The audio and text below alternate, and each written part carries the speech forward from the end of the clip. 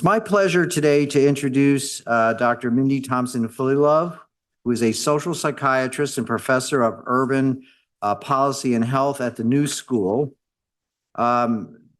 She received her AB from Bryn Mawr College in Bryn Mawr, Pennsylvania, and then received a master's in nutrition and an MD from medical school at Columbia University. She's also received certificates from the Living School, the New York Botanical Garden, and also was tutored in urbanism by, I hope I pronounced this right, Michel Cantal-Dupas. All right.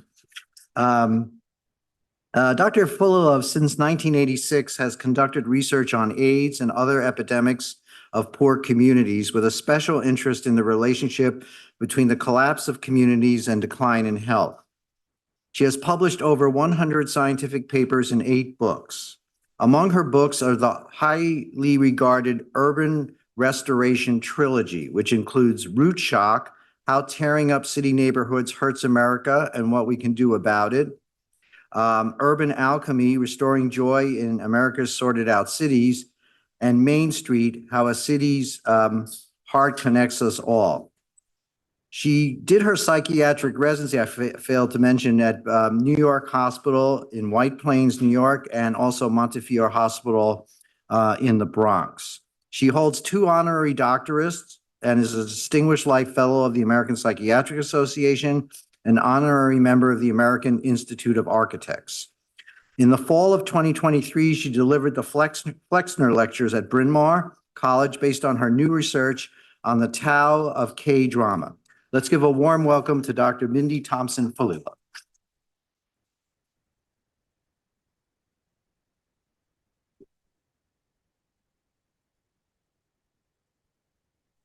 I got a little too comfortable listening to the reading. Thank you so much. Hi everybody, it's a pleasure to be here. And I want to talk to you about the necessity of restoration. The basic thesis I want to say is that we're obviously in a very serious crisis of climate change. Climate change, we missed the bus on not having it. We're going to have it. The issue only is how bad is it going to be? And because of the pace at which we're moving, it's probably going to be pretty bad. But there's a second problem, which is what I want to focus on, which is that even before we realized about climate change, we've been in a very long-term process of destroying the social underpinnings of American life through a variety of mechanisms. And so we go into a serious crisis quite fractured.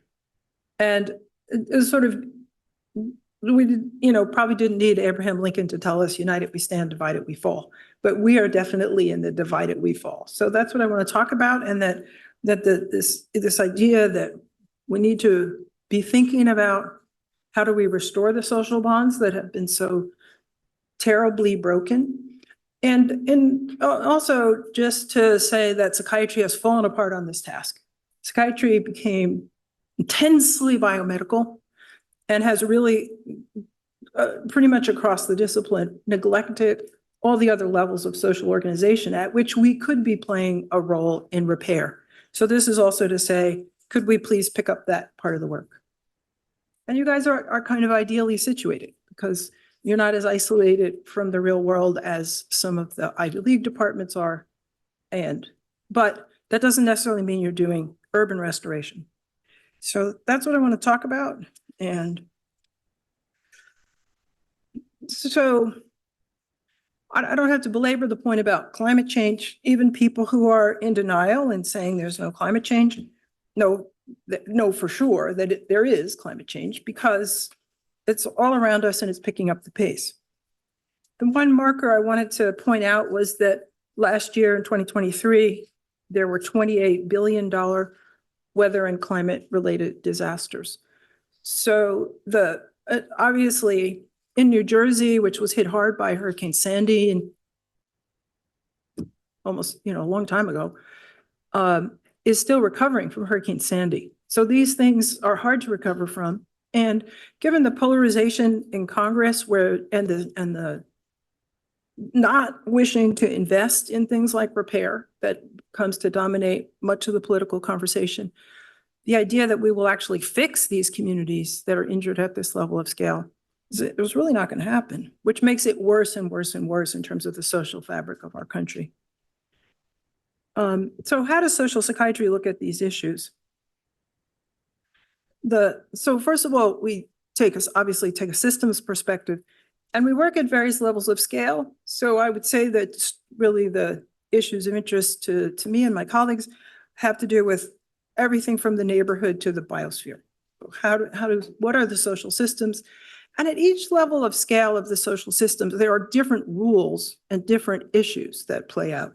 And so it's not enough to say, people often say a workplace is like a family, which is obviously a fantasy, but well, maybe like some families, but a workplace actually has very different rules, very different processes, very different procedures from a family. And so understanding, no, a workplace is not like a family is like a family, a workplace is like a workplace. And so respecting that at each level of scale, there are issues and complexities that don't exist at other levels of scale, the particularities. So we have to study those. We examine the kinds of interventions that can work at the various levels. We think about new interventions that could be tried. And we, most importantly, take a stance against the destruction of communities and for their restoration. A major piece of work that my team did looked at retrospectively at the urban renewal program that was carried out in the United States of America between 1949 and 1973. That is the program where James Baldwin famously said urban renewal is Negro removal. About 67% of the people who were displaced by that program were African American. And because of segregation, a huge part of the neighborhoods that were destroyed by that program were African American. But it was basically that near downtown neighborhoods of poor people and people of color were bulldozed for what was called higher purposes. Because the nation really didn't have a plan or money for what was going to happen next. They were going to give the money to developers, so it was fairly speculative. A lot of that higher use turned out to be a parking lot. And so people had faced the terrible indignity of having their homes destroyed and then nothing done with the land. And this happened in 993 American cities, the 2,500 projects conducted under urban renewal. So it was a huge assault on American cities. And part of it was that they said, oh, there's blight. So I think this photograph by Charles Tini Harris, who is an African-American photographer in Pittsburgh's Hill District, is very important because what was going on in those neighborhoods was that there were poor and working people who were putting their lives together. There was a lot of stuff going on and people were trying hard. And so the idea of this peaceful scene where, sort of in the body language of the people, you see how they are related to one another, how they're connected. And this kind of scene on many American cities becomes impossible. The people are too spread out. We become too oriented to cars. We aren't standing about, and we don't trust each other. Apparently, the people say that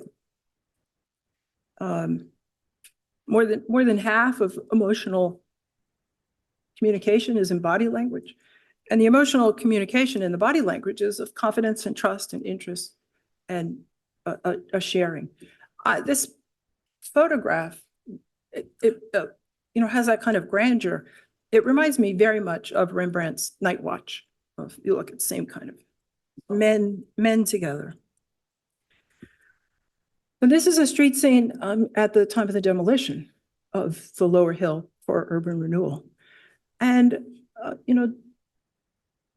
Tini Harris captured, sort of all of a sudden the movement in the urban space is disorganized and people are moving apart from each other. Where would you gather in that scene? You wouldn't. So the centrifugal forces are really become dominant. Through some work that my team carried out in looking at the collapse of Harlem over the period 1950 to 1990, we postulated what we call a stage state model of community collapse, so that at each stage of the collapse, there are different features of the social organization that become dominant. So it's not like you go from the peaceful street scene to the madness of the crack epidemic in one fell swoop. You don't. There's much more. It's slower. It evolves. So there's a real downward spiral. In Harlem, what we were looking at was urban renewal and McCarthyism, deindustrialization, and a really horrific urban program called planned shrinkage. And then what we call the mad plagues, which was AIDS, the crack epidemic, the heroin epidemic, and the violence epidemic, which all converged in the mid-'80s to the mid-'90s.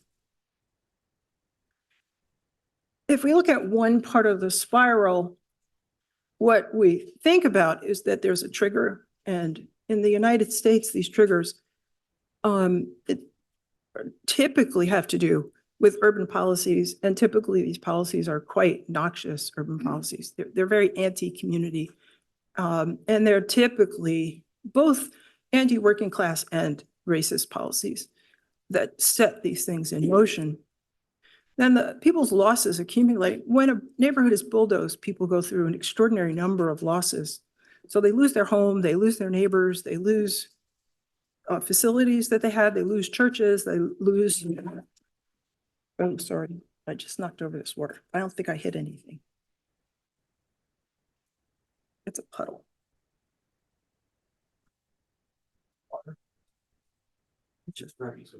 Thanks. Sorry. They lose youth centers, all the ways in which you hold a neighborhood together. I had the opportunity to visit the Worcester Recovery and Hospital Center. Is that what it's called? And they talk about the concept of it on one of the plaques, and the concept of a neighborhood and what they wanted to put there to make it a neighborhood. And it's exactly right. It's exactly what you would see in a neighborhood. And when neighborhoods are bulldozed, you lose those things. And those are hard to replace. So there are losses that are both individual losses, but also collective losses. And the collective losses, the sort of, very clever. Keep going. There's collective losses, which we talk about as like social capital, but also cultural capital, political capital, and financial capital. But all of those losses are massive. Urban renewal was billed as progress. And under this guise of progress, the people saw no need to compensate anybody who was being moved because it was progress. Now that their resources were being destroyed in order for progress, which was going to accrue to other people, was obviously not mentioned or considered. There is right now, as we speak, the real beginning of an effort around the country to acknowledge urban renewal and to say what it did to people and to begin to ask for reparations for some of those losses. It's just beginning, but if you keep your eyes open, you'll see it. So what do people do when they're in pain and they've lost ground and they've been impoverished? They do all the things we know. They get depressed, they get anxious, they have PTSD, and they take drugs, right? And sex and eat too much. And those behaviors can start to become part of the feedback loop of what's happening in the neighborhoods. With time, the rebuilding gains ground. The rebuilding is very slow. And what I've seen is, really remarkably from community to community, that it's really something that middle-aged women take on. Those of you who are middle-aged may not have thought that this is one of the things you do, but it is something middle-aged women take on. And begin to make organizations, begin to start campaigns. They'll do a beautification campaign, they'll do an anti-violence campaign. I first recognized this when I was told a story of anti-violence work in Boston. There was a funeral going on for a young man who was part of a gang, and the other gang invaded the church, disrupted the funeral, and the women of the church said, "Oh no," and they started an anti-violence campaign. So women are incredibly important to this. But sadly, what happens in the United States is that as the rebuilding is gaining ground, another trigger hits. And so we've had what we call serial forced displacement, a serial destruction of community. Now, people say to me, well, you studied this in Harlem. Does this have anything to do with white people or rural people? Absolutely, if the processes are not different. and have hit poor and working class communities across the board, including rural communities, which is why there are so many deaths of despair. So how is rebuilding accomplished? This is something that we've paid a lot of attention to. In my book, Urban Alchemy, I shared this table, this periodic table of the elements of urban restoration. And these are abstracted from the work I've seen in the United States and particularly in France, where I've spent a lot of time studying with Michel Cantal-Dupart. That was really good pronunciation, Dr. Rothschild. And, you know, asking the question of looking at projects in all these different places, what do they have in common? And I'm gonna put this water up here because it's making me nervous. The sort of, what do they have in common? And I described these 9 elements of urban restoration.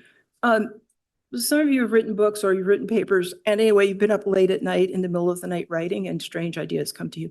And so late one night, I was thinking about elements. Then I was, you know, because I was a science nerd, spent a lot of time in science classroom with the periodic table of the elements. I was like, wait, I need a periodic table. And so I asked one of my architect's friends, whose name was Rothschild, if he would very kindly make me a table, which he did. So this is made by Dan Rothschild, an architect in Pittsburgh.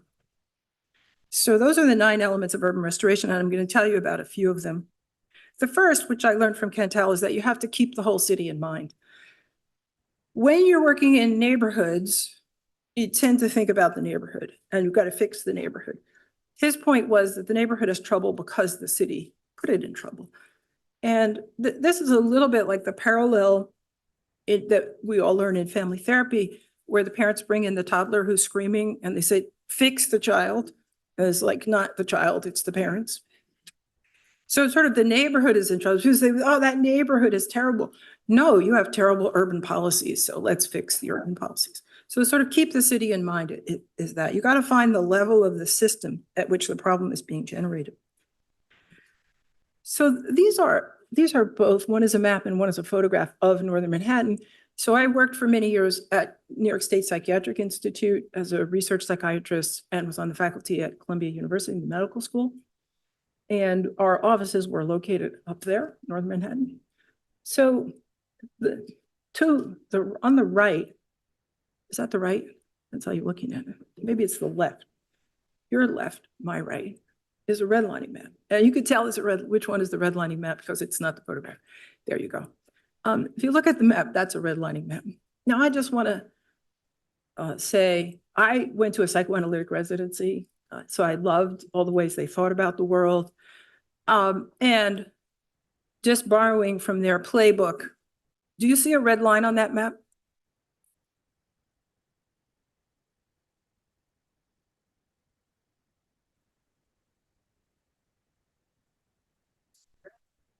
Exactly. You see red. What else do you see? You see yellow, blue, green, right? But you don't see a red line. So why is it called redlining? I think that it's a misnomer meant to distract us, because redlining makes you think about the Harlem and the other communities that were denied access to mortgage and insurance. But if you look at this map, every part of Manhattan is being color coded. And there's very little green, and green is where you're supposed to invest. And really, when you look at the set of these maps for the nation, the 200 that were made back in the 30s, there's no green in the American city. And so where does investment go? It goes to the suburbs. But in saying these are redlining maps, I think it's one of those illusionist tricks. Oh, it's too bad about the Black people. But really, the whole city is being abandoned. That was kind of an aside. Where the arrow is pointing is West 155th Street. And you notice that it's red to the south, very red, that's Harlem. And it's yellow and blue to the north. And that has to do with all the immigrant groups, which at that time was largely Jewish, that lived in Washington Heights, Jewish and Irish. If you look at the photograph, you can also see 155th Street. 155th Street is an informal demarcation between Washington Heights, which is now Dominican, and Harlem, which is Black. Now, it's informal because nobody says there's not a gate there. But people don't cross 155th Street. If you've ever been to 155th Street, you would see why. It's not a hospitable place to cross. Anyway, this aerial photograph was hanging in our offices, and I used to stare at it all the time. And I noticed that this, can you see this? Can you see my cursor? No, maybe not. Okay, so if you look right over where the map is, oh, you can. You see it a little bit, little tiny thing? Okay, that is Highbridge Park. And if you follow Highbridge Park down right to here, it stops at 155th Street. But look what's right here. That is Jackie Robinson Park. But they touch. And if you go further down, which I'm not really showing you, there's another park. And then further down, there's another park. And it turns out there's a long series of parks. They were sort of leftover land because they were on cliff sides. They weren't developed. They were made into parks. And then the parks had, at the time I was starting to think about them, had been abandoned. So one of the ways in which you start to keep the city in mind is that we started to think about this set of parks, which run from Central Park, which obviously has been reinvested spectacularly, to the Cloisters, also reinvested spectacularly.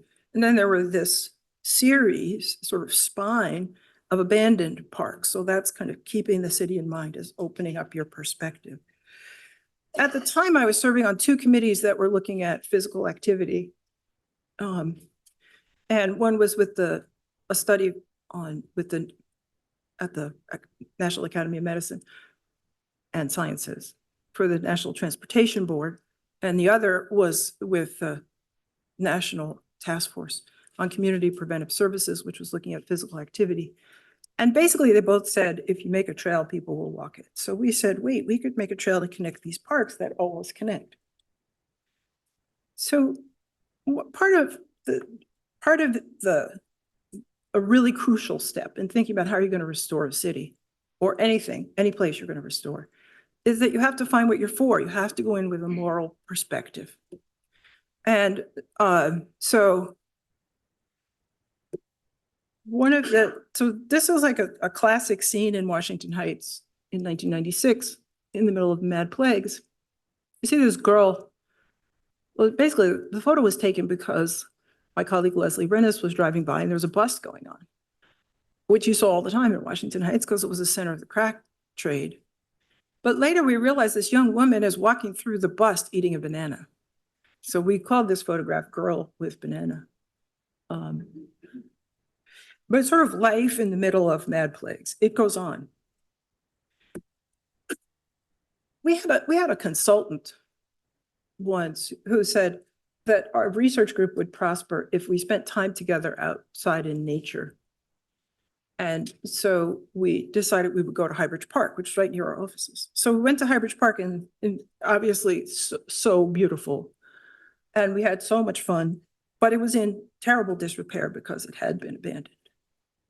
So this is a graffiti that I found by a homeless encampment in the park.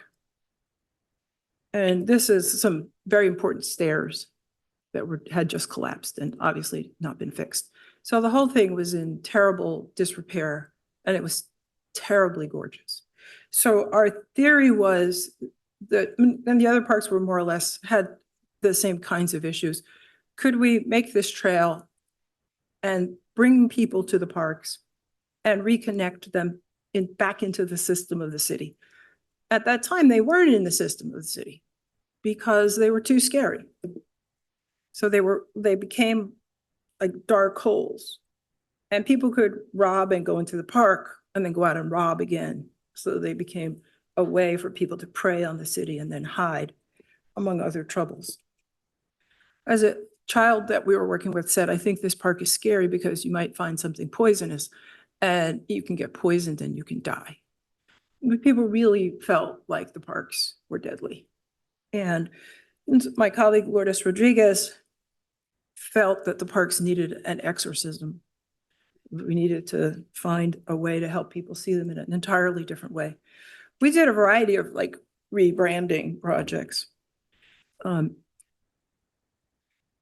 of it was that we wanted to create desire for the park. This was an iron gate that was locked, obviously, with that big chain. But when you peered through the hole, there was a bridge that went to the Bronx. And the bridge was the top of an aqueduct, which had brought the first to bring clean water into Manhattan. So it was really an important part of public health in New York City. So peering through that gave us desire. We wanted to give other people desire. So one of the things we did was start to hold an annual party. We had an icon. This giraffe is our icon. And why people say, why is that giraffe your icon? Because the shape of these cliffside parks was a little bit like the neck of a giraffe. And so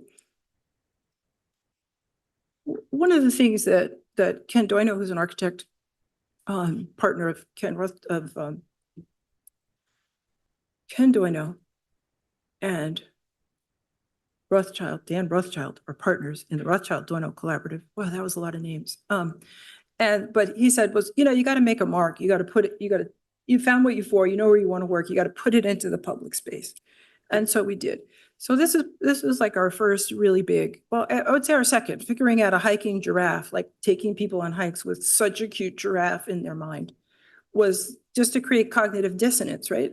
Oh, it's a cute giraffe. Oh, it's a scary park. But the second thing we did was we took some fabulous photographers into the parks, and they took photos of things you could see if you went there that were gorgeous. We called that project Climb Double Take. And we made these photo banners, and we took them to community board meetings. We took them to schools. We took them to a lot of places. Our theory was people would look at them and do a double take. That isn't there. Because again, this recreating the idea that what's inside is poison and you might die. It's like, no, you're going to see some gorgeous kids playing chess. These are two of more of our Climb Double Take banners. We got some teenagers. If you ever are going to do urban restoration, the key thing is to get some teenagers, because teenagers are the only people who really know the city. Little kids don't get to go anywhere without an adult. Adults don't go anywhere. Teenagers know everything. And they made this movie, Road to Recovery, which is on the internet. You can see it. It's such a cute movie. And again, they're sort of wonders of the park and its importance to people. This is an early on map that an important urbanist, American urbanist, Marshall Brown, made for us when we first started our project, which he named City Life is Moving Bodies. He made this and he named our project. Do you see it? The green are the parks and how that looks a little bit like a giraffe.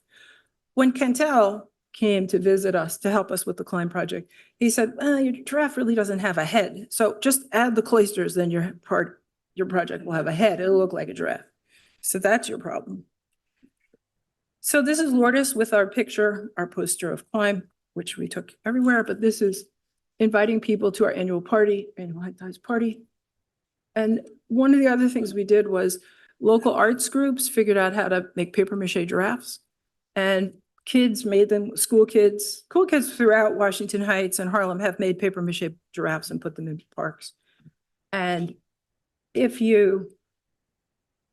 like, what does that do for your understanding of the park, your understanding of your neighborhood? So you wouldn't necessarily think, if I gave you a quiz before this talk and said, how important is a paper mache giraffe with blue eyelashes to urban restoration? More important than a government grant, less important, not important at all. You might have said not important at all, but I would say that it's incredibly important that thousands of kids have made giraffes and put them in the park. So the ninth, I'm not going to take you through all the elements of urban restoration, but the ninth is that you have to celebrate your accomplishments. And this is graduation season. People are celebrating their accomplishments. People are very skeptical. I don't care about graduation. Like, no, it's very important. You have to celebrate your accomplishments. Life is hard. and we don't have that many celebrations. So this is our annual party. This is actually the first edition of the party, which was really basically a stroller hike in one part of Highbridge Park where we just, moms push strollers around a swimming pool. But it was really great and cute. So that's how we got started. June 1st this year was the 20th annual Hike the Heights. So we've had some accomplishments now to celebrate. Yeah. So we've been part of advocacy for what's probably now $200 million of investment in those parks and the reclaiming of those parks as wonderful parts of the neighborhoods, all the neighborhoods that they go through. And this is the reopening of the High Bridge, which if you're ever in that part of the world is just great fun to walk on and connects Northern Manhattan to the Bronx. This is Lourdes and Joseph Sanchez so Lourdes was leader of our project and Joseph Sanchez was leader of a project for Partnership for Parks, which was building a coalition for the reopening of the High Bridge. So they were hugging in the middle, kind of like driving the Golden Spike on the Pacific Railroad. And we made this wonderful poster. Thanks for restoring the High Bridge. And the workers wrote back, "You're welcome." So restoration happens, it's possible, right? But destabilization persists.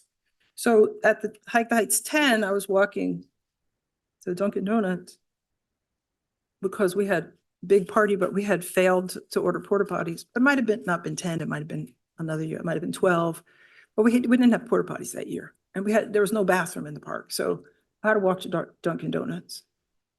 And I saw this place. So the Washington Heights is a poor neighborhood. Nobody can afford $340,000 for a one-bedroom apartment. So it was just grievous. But I believe that the moral arc of the universe bends towards justice with the qualifier, if we bend it. It doesn't bend by itself, we bend it.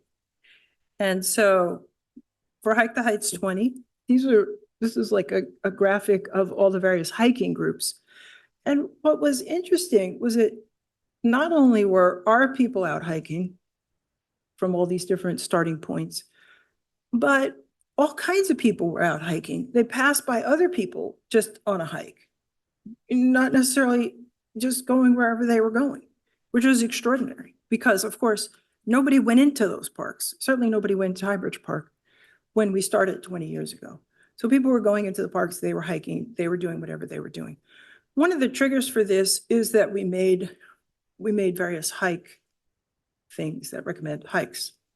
But one of them was, and our biggest honor, was that the New York Times did an article on 5 great hikes in New York City, one for each borough, and Giraffe Path is one of them. And when they do Giraffe Path, they show little raccoons. So cute. So they showed it, I mean, even cuter than we had ever showed it. They showed it, was so cute. So people are hiking and people are like, oh, let's go hike. And you see our hiking giraffe. One of the parts of the restoration was that there's now a bathroom in Highbridge Park where we have our party. And it's not just a schlocky bathroom, it's a gorgeous bathroom. And it's like clean and open. And so some of the kids that are involved were hiking. There's a new hike this year from the bridge, from the bathroom to the bridge.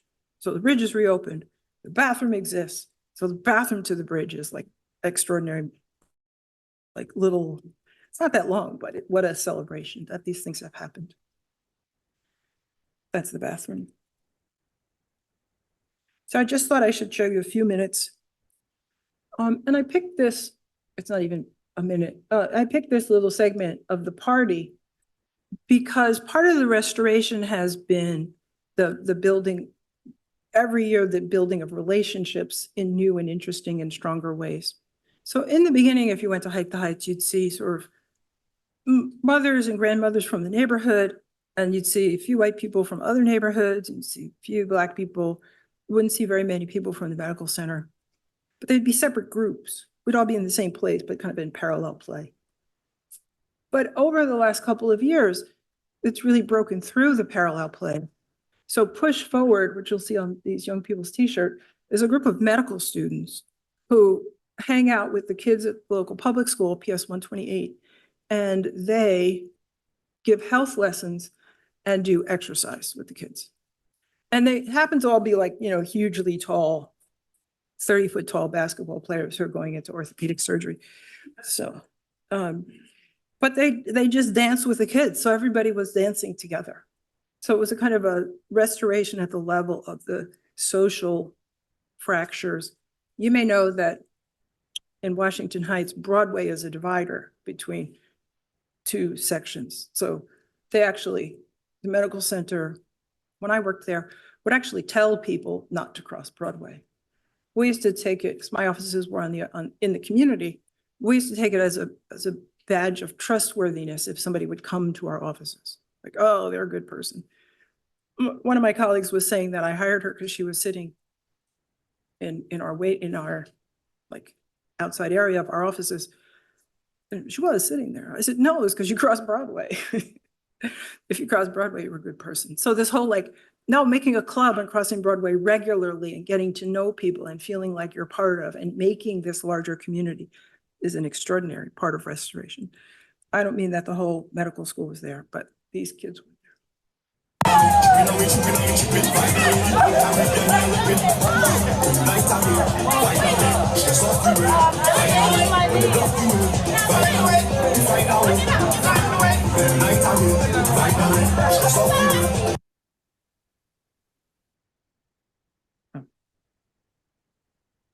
So because it was the 20th anniversary, they wanted to give, you know, acknowledgement to some of us who were founders. So you see me, Bob Fullilove, Lourdes Rodriguez, and Coach Dave. Coach Dave and Bob are the people who are leading it now, along with Sarah Townley. And so this is like the bending. How do you bend? It's people who have the idea, who understand what they're for, who think about how are we going to shift things, where would it be important? And so this is a photo of all the people who were involved in organizing for this year's Hike the Heights. And you see the ever important giraffes. So my argument is that divided we fall, united we stand, divided we fall. And that literally survival depends on restoration. It's not that we do restoration and then we tackle climate change, but that the two have to happen together. We have to be thinking about how are we going to address climate change while also rebuilding our bonds. Everything that can address climate change that rebuilds bonds is going to take us in the right direction. But we have to think about restoration and democracy are a single task. A divided electorate will not get to democracy. But we won't get to survival without democracy, in that larger sense that democracy rests on the strength of the social organization. Our survival at this point depends on restoration. I think it's a task everybody has to take up. But I think that psychiatrists, psychologists, mental health people, that we know a lot about human behavior and we have a lot to contribute. As long as we don't make the mistake of thinking about that our individual clinical skills give us the answer to higher levels of scale. But we know a lot of other things too. So we could be really helpful. So just to remind you that we missed the bus of let's don't have this. All the ice is melting and the permafrost is emitting methane and this and that and the other thing. And we had these $28 billion disasters. This is coming down on us. The question is, how bad is it going to be? Can we, and we are frozen because we are so polarized, because over decades we have destroyed the social underpinnings of American life. So at the hospital up there on that other hill, it says, hope is like the sun, which as we journey towards it, casts the shadow of our burdens behind us. It doesn't actually say that. It actually says, it has two interesting mistakes. It says, cast the shadow of our burdens behind it. And instead of Samuel Smiles, it says Samuel Emily's. But apparently, according to Google, this guy said that. So it's pretty funny. But true. It's true that if we have a little bit of hope, the shadow of our burdens is behind us, and as does the sun. So I think it's a good thought. They were trying to make a good thought. And I think it's was attached to the hospital obviously meant a lot to me as a psychiatrist who grew up in big hospitals. Thank you very much for your attention.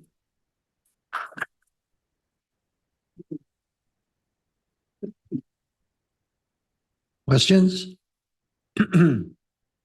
Well, I was going to start with the online, but I know I'll give you the mic.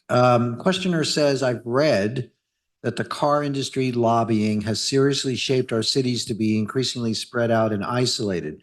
How big of an issue do you understand car lobbying to be when it comes to restoration? Is there anything we can do to limit its impact? So one of the things that I learned from Michel Cantal-Dupart as we traveled from city to city, I spent a summer with him where we visited 46 cities in 53 days. So saw a lot of cities in France and what they were trying to do. And he was very much like, don't think about the cars. Not that you had to do stuff around the cars, but if you start with, oh my God, cars are a problem. You do that thing where it's a little bit biomedical, right? You say, oh, that's the problem. It's like you say, ooh, you start to get into magic bullet thinking, like there's a magic bullet. There's no magic bullet.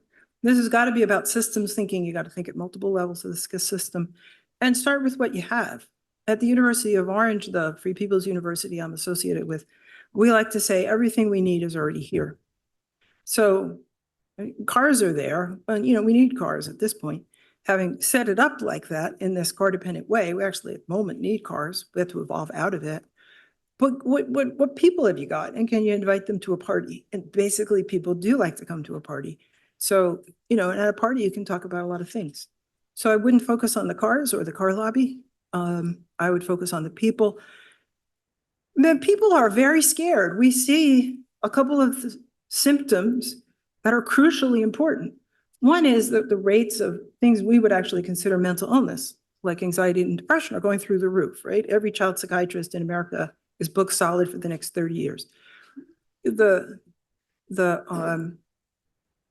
So people are, it's making people ill, the anxiety about this. But also people are really mad at each other because polarization creates groups. And then people don't, when they're polarized, they don't say, oh, I'm safe in my group, now I can be friends with you. They don't say that. They say, oh, now I'm safe in my group, I'm going to kill your group. So, and we see a lot of that, right? How many people are going out and buying guns because they want to kill the other person, like literally kill? So those are the symptoms. So we have to bring the temperature down in the room. And all of us who've been trained in mental health know how to bring the temperature down in the room. We could be helpful if we would. As they say in Shakespeare, I could do it and I would, meaning if I would. Do you remember that from English class?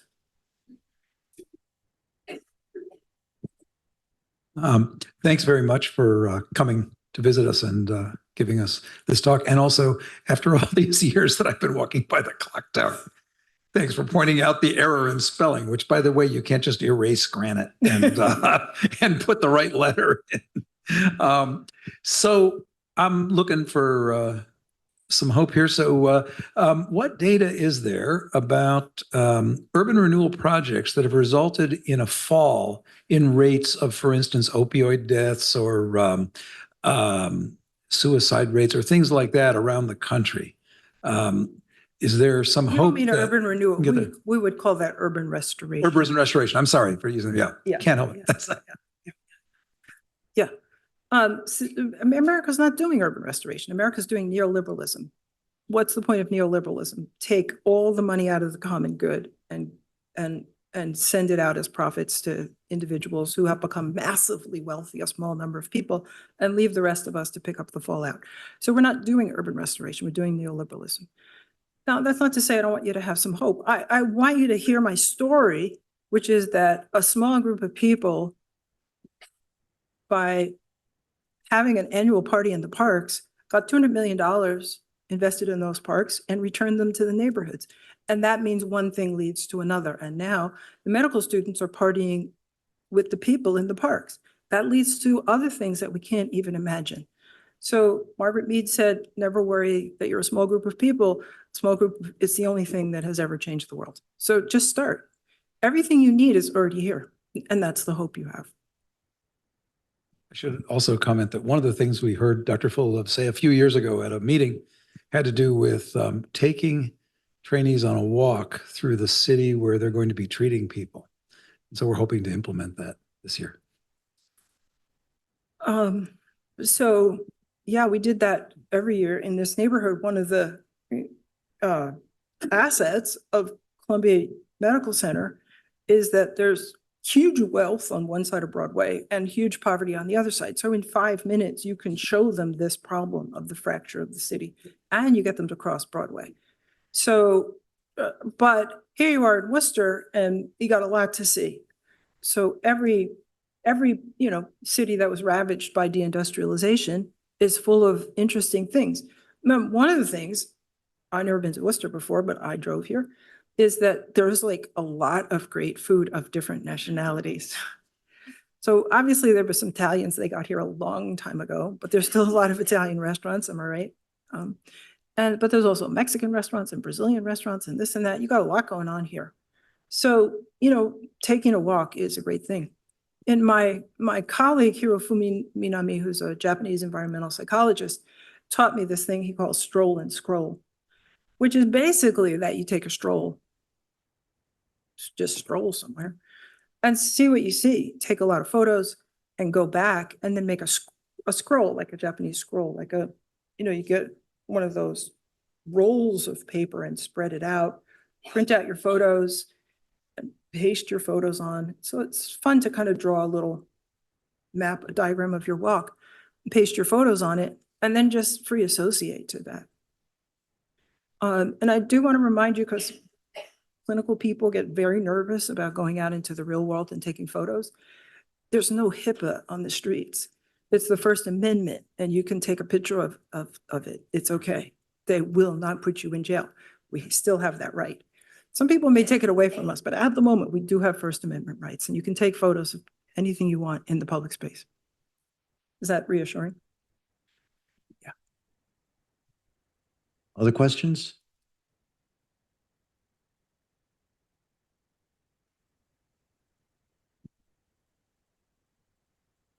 Is this on? Okay.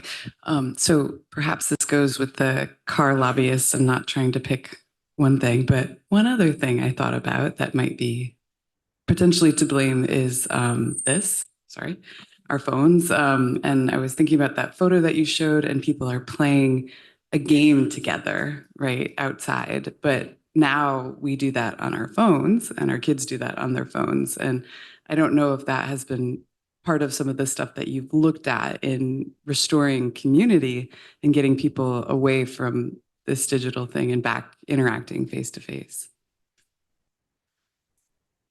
Well, there's a lot of ways to look at it. One is that we're dependent on our phones. And one of the projects that they've done in Washington Heights that people were, which has also brought people out of the medical center into the community, is called Learn It.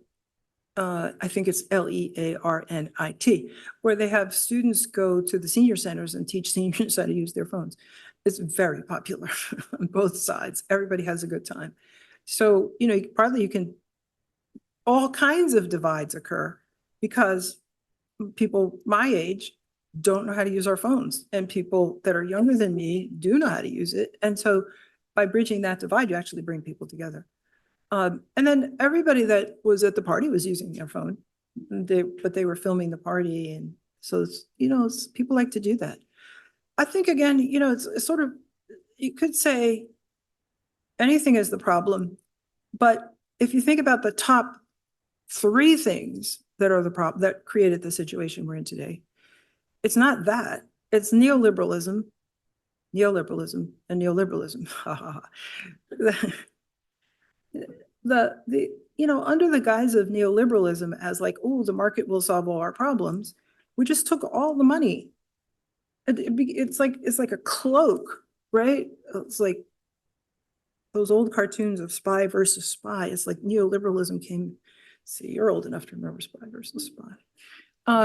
Spy versus Spy. The spy would come in, right, in his cloak and his thing. Neoliberalism came in and said, yeah, the market is going to solve all our problems. What was the point of that? The point of that was to concentrate wealth in the hands of very few people. A few people, like we could count them, have all the money in the world, and the rest of us don't. So they want you to blame your phone while buying a new one. But as long as you're blaming your phone or blaming a car, you're not looking at some of these like really deeper dynamics, which is what they want. That's like, don't look at racism. Don't look at deindustrialization. Don't look at the fact of precarity, how terrible jobs are for people these days. Don't look at that. You know, is immigrants causing all the problems? It's not. It's you rich people causing all the problems. So, and I think the public health literature on concentration of wealth has been beating a very steady drum that inequality is terrible for society. So it's one of the worst things we can do. There's like, people say, well, should we get rid of capitalism? I don't know about that, but I know this kind of capitalism is deadly for all of us. And we can't solve these problems of global warming and the need for solidarity under the current situation. So I would, but you know, so what's the solution? Go take a stroll and scroll in Worcester and see what's going on. Talk to some people. Just sort of, you know, get the feel of it. There's things out there where people are like, yeah, we really want to do this, or you'll just want to do it. Like, you know, like, oh, what we really want to do is a reading program. So who knows? You don't know until you walk, until you stroll and scroll what will call to you. And then do that. One of the great things about walking in a city, any city, is that if you have a combination of insiders and outsiders, so people who've been there for generations and people who've never been there at all or hardly know it, like new trainees who are just arriving and old time. I'm sure this place is full of staff that have lived in Worcester for generations. If you could get those two groups walking together so that you get all the stories like, oh yeah, that used to be Uncle Bob's store. And what was Uncle Bob's store? We used to go there for penny candy. And then somebody else is looking at something and they just see something amazing that the other people don't see because you're so used to it, so you forget. And that has to do with the psychology of place and how it works. So if you can do your stroll and scroll with old timers and newcomers, it will be very powerful, very emotional experience. All right, thank you very much. It was very interesting.